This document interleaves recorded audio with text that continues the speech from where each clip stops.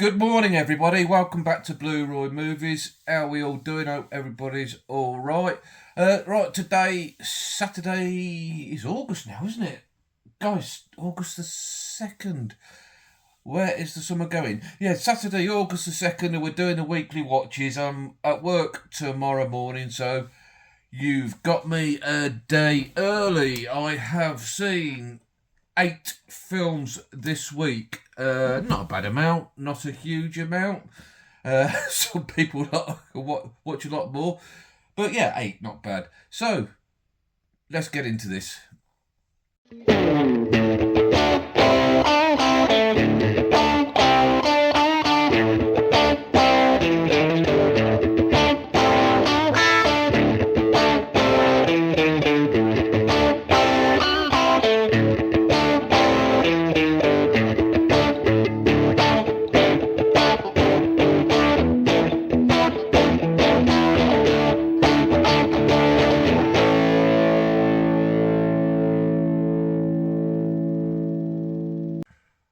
I started off the week with a rewatch of National Treasure from 2004, directed by John Turteltaub, who's equally proficient as directing films on land as he is on sea. And it stars Nick Cage, Diane Kruger, Justin Bartha, Sean Bean, John Voight, Harvey Keitel, Christopher Plummer. So a really stacked cast. And yeah, this is just a great fun action adventure film that I've seen time and time again, and it never gets old. Nick Cage belongs to a family of treasure hunters. Through generations and generations, they've been trying to track down this treasure believed to be hidden by the Freemason, and following clues throughout the last few generations to try and find it. Nick discovers that there's a clue to where the treasure is hidden on the back of the Declaration of Independence, whereupon he endeavours to steal it because there's some bad guys headed up by, surprise, surprise, Sean Bean, who are also after the treasure. And Nick realises if they steal the Declaration of Independence first, they're going to probably most likely destroy it, and it being such a big, huge part of history, Nick's sort of liking for history and stuff like that overrides his desire to get the treasure, and he wants to steal it himself so A, he can protect the Declaration of Independence, and B, he can then get to the next clue for the treasure. Yeah, like I say, just a great film. I thoroughly enjoyed this one, and part two I think equally as good. Along the way, he enrolls with Diane Kruger's character, who works for the museum where the Declaration is stored, and at first she's very sceptical and worried, of course, because it's being stolen, but then she realises she has to team up with him. Yeah, great film. Never gets old. Wonderfully cast. Awesome things, everybody's seen it. Yeah, just a really good film. Right, next up, I'm determined to fill the holes in my Coen brothers watching history, and I'd never seen Miller's Crossing, and what an idiot, because this was a great one. From 1990, obviously, as I say, directed by the Coen brothers, and another really good cast. You've got Gabrielle Byrne, you've got Marcia Gay Harden, you've got John Turturro, you've got John Polito, you've got Albert Finney, the brilliant Albert Finney, you've got Steve Buscemi thrown in there as well. And yeah, what a great gangster film this was.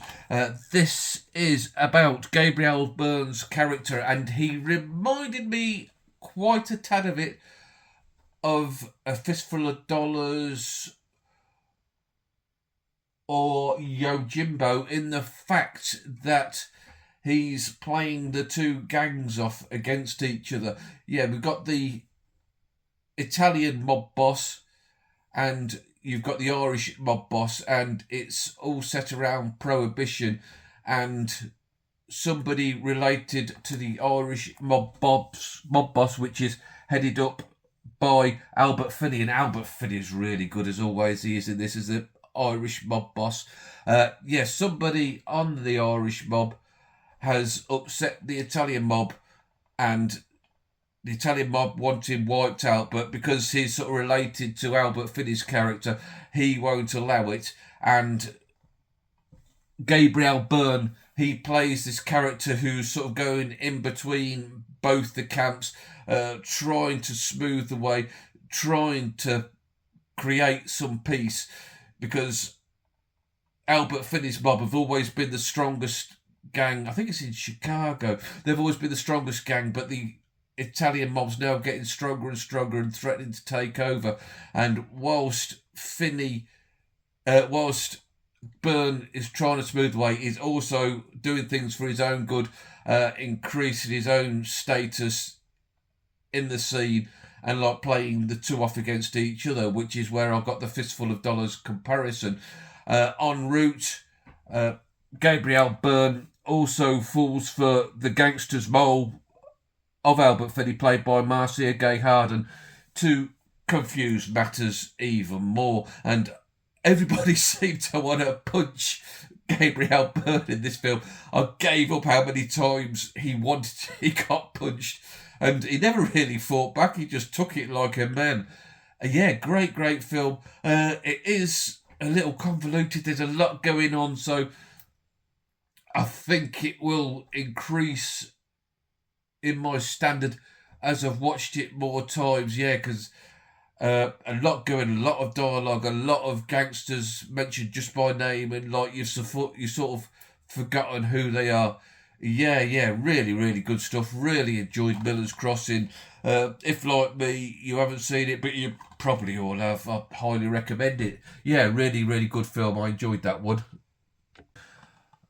I followed that up with a bit of Charlie Bronson, The Mechanic from 1972, directed by Michael Winner, who I always remember on TV as a child, and always a larger-than-life character Michael Winner was. It stars, obviously, Bronson himself, Jean-Michael Vincent, who you probably remember from Airwolf back in the day, if you're my sort of age, Keenan Wynn, and Jill Ireland, who was Bronson's wife. And I don't know whether he had something written into his contract that his wife must be in the films with him, but she always appeared in his films, well, a lot of them, and there was no real reason for her to be in this film. She was sort of shoehorned into the film. Just in one scene, she was playing a prostitute that Bronson would go to now and again and pretend that she's not a prostitute and that she loved him dearly. Quite bizarre. It really added nothing to the film, and she didn't need to be in there, in my opinion. This is a remake. Sorry, this is the original of the Statham remake, and Bronson is a hitman who really pulls off his hits in ingenious ways to make them look like accidents. The first one he did in the first opening scene, which went on for about 10-15 minutes with no dialogue. You saw him setting up this hit, how he'd get away with it, how he'd do it, how he'd make it look like an accident, was quite intriguing and quite ingenious. I really enjoyed this. Anyway, Bronson makes a hit on Jean-Michael Vincent's father, and after that he sort of befriends Vincent and shows him the ropes of how to be a hitman. This in turn upsets his bosses because he hasn't asked permission, and he gets, unbeknownst to him, a hit put out on him by Vincent. Quite a twisty, turny and stuff. Really good twist in it. Really good ending. I really enjoyed the ending. Very, very satisfying. Decent action film. I never was a big Bronson fan for years and years. I always thought he was a bit dour, but as I've got older, he's grown on me. And how does it compare against Mechanic, the Statham? Regular viewers will know I'm a big Statham fan, so this was a classic, but I might like Big Jace a bit more. I know I have my Jace tinted glasses on, but there you go. It's just the way I am. Not to say this wasn't a bad film. It was highly enjoyable, and I do love the 70s. I love the 70s aesthetics in it. Yes, that's The Mechanic with big old Bronson. Next up, from 2009 and directed by Peter Hewitt, we have The Heist, or as it was known in the States, I think The Maiden Heist, starring, and a really good cast, Morgan Freeman, Christopher Walken, the brilliant William H. Macy, and a second appearance of the week for Maria Gay Harden. And yeah, this was all right. It was all right. With the talent involved, the cast involved, it should have been really a lot better, but it was watchable. It's all about the three guys, Walken, Macy, Harden. They are long-term employees of this art gallery in Boston. They're all security guards in there, all worked there a long time, all taken a shine to one particular piece each. When the curator of the museum sells some pieces to another museum, I think it was Italy, if I remember rightly. It's a long way away. It was in Europe, definitely, because they kept saying that was too far. They're actually like thinking of relocating, moving, just so that they can be with next to their pieces that they've guarded for years and come to love. And they decide instead that they'll all work the night of the transfer and they'll steal the pieces and replace them with fakes. Like I say, really, really good premise, but it's very light, it's very fluffy. There's no particularly edge to it at all. It's played more for comedy than it is for thrills, which probably is not my thing as much. I'd prefer it to be much grittier. The Heist bit, just more palm sweating, if you like, an edge on your seat. Yeah, not too bad. I can't really imagine that I'd ever stick it in the player again.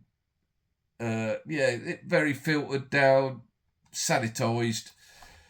Yeah, I couldn't really recommend it. If you want to kill an hour and a half, then go for it. But yeah, not one I'd go out my way to buy, to be honest. And next, from 2012, directed by Adrian Grunberg, What I Did on My Summer Vacation. What a stupid title. Let's go with what the Americans called it. Get the Gringo. Get the Gringo is a far better title for this film and suits it better than What I Did on My Summer Vacation, which is quite ridiculous. Starring Mel Gibson, Calvin Hernandez, Peter Stormare, Dolores Heredia, probably butchered that. And yeah, really fun film this. I had seen it years and years ago, but barely remembered it. Gibson's character, he is involved in a high-speed car chase at the start from the law. He's stolen some money. It's all on the bag and the back seat. His partner in crime, his gets shot and he's dying, and he's tried to escape the law on the Mexican border. It's got Hank from Breaking Bad chasing him, who I think was a guy who was born to be a policeman. He's in a policeman in everything you see him in. He manages to crash over the Mexican border, where he's apprehended by the Mexican police, who at first don't want anything to do with him, want to return him to the American police because it's far too much paperwork. But when they see the bag of cash on the back seat, they suddenly change their minds and process it themselves and keep the cash. It turns out this cash belongs to a mob that is run by Peter Stormare. So you've got Stormare trying to get the cash. You've got these two Mexican policemen trying to keep hold of the cash. You've got the American policeman trying to get the cash. And you've got people in the prison that he's put in trying to get the cash themselves. So it's like four-way battle to keep the cash, and obviously Gibson wants to keep it himself. The prison itself, it's such an a weird prison. You've never seen a prison like it in your life. It's like a little town where the richer prisoners can move their wives and children into the prison. There's drug taking openly going on. There's bars in the prison. There's restaurants in the prison. And yeah, it's a really, real weird place where it's a dog eat dog, as you could imagine in a Mexican prison. Also, in this prison, there's a mob boss who is after this. Well, it's not say after. Mel Gibson befriends this small child who has got this rare blood type that is the same as the bloke who is running the prisoner, who's sort of like in charge unofficially of the prisoners. He's even above the guards, and that the guards do as he says. And this guy's in charge of the prison. He drinks that much that his liver's on the way out. And this kid who Mel Gibson befriends, he's the only one with the same type blood who can give him a liver transplant. So the boss is planning to kill the kid and have a transplant with him. So Gibson wants to protect the kid, protect the money, escape from the prison if he can. And yeah, great fun film. There's something going on all the time. I really enjoyed it. I don't think many people talk about it. It's violent. It's just a good film. One of Gibson's last great films, in my opinion. Get the Gringo. Ignore that title. Next, I delved into the Stanley Kubrick box set for a film that I haven't seen. That one there, Ryan ONeal there, Barry Lyndon from 1975, with Ryan ONeal, the beautiful Marissa Berenson. She really was a lovely lady, and I've never seen her in anything else. I think she was in the 70s version of Cabaret, so I might track a copy of that down. Patrick McGee, Hardy Kruger, Stephen Burkoff, Andre Morel, to name just a few. What a cast. Now, I've always been scared of this film. I think it's 3 hours of period drama. Kubrick is sometimes a complicated director, so that's put me off it. But when I watched something on YouTube last week saying that it's maybe Kubrick's most accessible film, I thought, yeah, darn it, I'm going to take the plunge and finally get it watched, and I'm so glad I did. This is probably the best film I've seen this year, the best film I've seen for a long time. Maybe now, and I know it's Regency bias, maybe my favourite Kubrick film of all time now. It was absolutely wonderful, and they're perfectly right. It is totally accessible. So if, like me, it's when you thought, oh, I don't know about that, you'd stick it in. It's fantastic. Ryan ONeal's character is this sort of, from an Irish poor family, and he's grown up, he's a bit of a rogue, a bit of a Jack the Lad, and it's all about his path up the social ladder, the trials and tribulations that's brought with it, fighting in wars, ended up not by his own choice on two different armies. There's multiple duels in it that are brilliant. It's less a film and more like having a afternoon stroll through an art gallery. It's that beautiful. Every frame looks like an oil painting. The cinematography, I've never seen anything like it in my life. It was awesome. It was incredible. Words fail me to say how good this film and how well acted it is. I mean, yeah, Ryan ONeal's character, he's not a good guy. He's very shady, but you can't help rooting for him. That's how well written it's from. He treats the women in his life as shit, basically. He'll tread on anybody to make it up the social ladder. But it's such a wonderful experience that may be unique in my film viewing history. I've seen a lot of films in my time, but I've never watched one quite like this, and it may even be the film that's meant the most to me on a first time watching ever in film watching. That's how good it is. I just implore anybody to give it a watch because, yeah, it's wonderful stuff. Stanley Kubrick, he is the master. I'm going to say now, a Mount Rushmore of movie directors for me.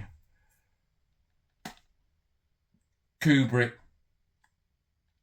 Hitchcock, Wilder.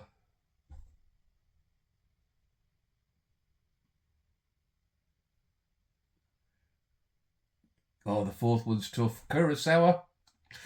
I don't know. I might have to think about that when I get back to you. Yeah, brilliant stuff, that. And next up from 1957, Ill Met by Moonlight. I mean, that's a daft title, isn't it? What does it even mean? Ill Met by Moonlight. To me, that doesn't make sense, but comments down below if you could enlighten me. 1957, from the wonderful duo of Powell and Pressburger. This one, I mean, they're renowned for glorious Technicolor, but this one was in black and white. Whether that is because of constrictions on the budget, I don't know. But it stars the brilliant Dirk Bogarde, love Dirk Bogarde, David Oxley, Marius Goering, Michael Gough, who is Alfred in the 80s Batman films, Dimitri Andreas. And yeah, I wouldn't say this is up there in Powell and Pressburger's filmography, but it was alright. It was a pretty low tension, in my opinion, low budget feeling Second World War film. It's about Dirk Bogarde's character. He's an officer in the British Army. He goes to Nazi-occupied Crete and collaborates with the people from Crete. Would they be Creations? I'm not too sure. Again, let me know. I'm going to go with Creations. And he plots with the local Cretan resistance to kidnap this Nazi general played by Marius Goering and to try and smuggle him out the country to hold him prisoner in North Africa, in Egypt, I think. Yeah, it was all right. Like I say, not the best Powell and Pressburger. It felt very low key.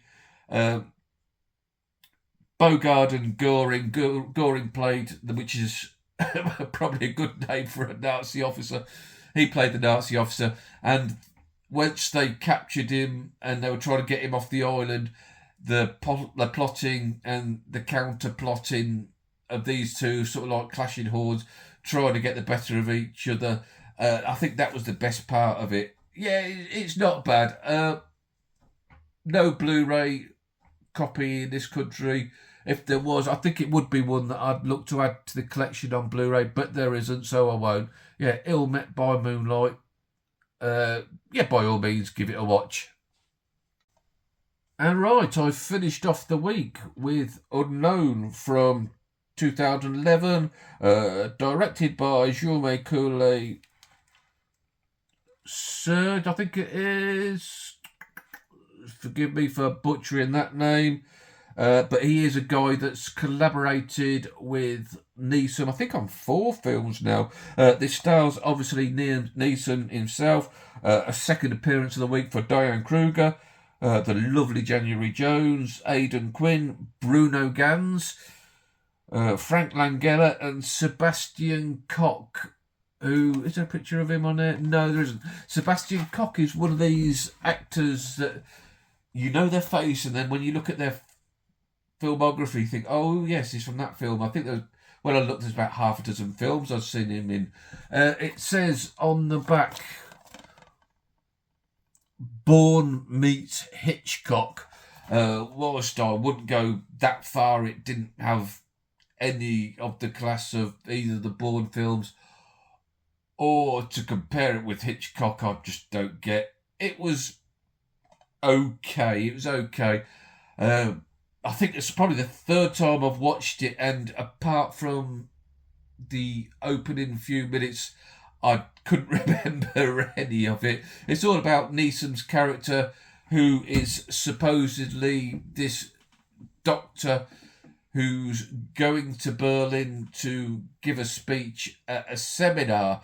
He has an accident when he takes a ride in a taxi, ends up in a coma, and when he comes round, it seems that an intruder has taken over his life, and his wife doesn't recognise him. And yeah, things go from there. There's a couple of decent twists in it. It's paint by numbers. It's nothing that's going to trouble you. It's just one to stick on and enjoy.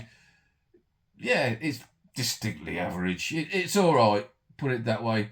Yeah, like set in Berlin, and every time I watch a Berlin film, it never makes me want to visit there. It always looks a dingy, horrible place. Maybe the filmmakers aren't doing it any justice, but yeah, I always get that impression about Berlin. Not one of Neeson's best films post Taken, where he's been sort of typecast, but it's all right. It's a decent enough watch. So that was it for the week, guys. 8 films there. Any thoughts on any of them? Do you agree with what I've said about them? Do you disagree? We're all different. We're all about opinions. Let me know down below. Thank you so much for watching. Thank you so much for your interaction. Always means a lot to me. Always love the comments and talking to you guys. Give us a thumbs up. Don't forget, that's most important. They keep telling me, so the nerds keep telling me. Think about subscribing if you're not subscribed. Have a good weekend. I'll catch you guys later. Take it easy. Ta-ra.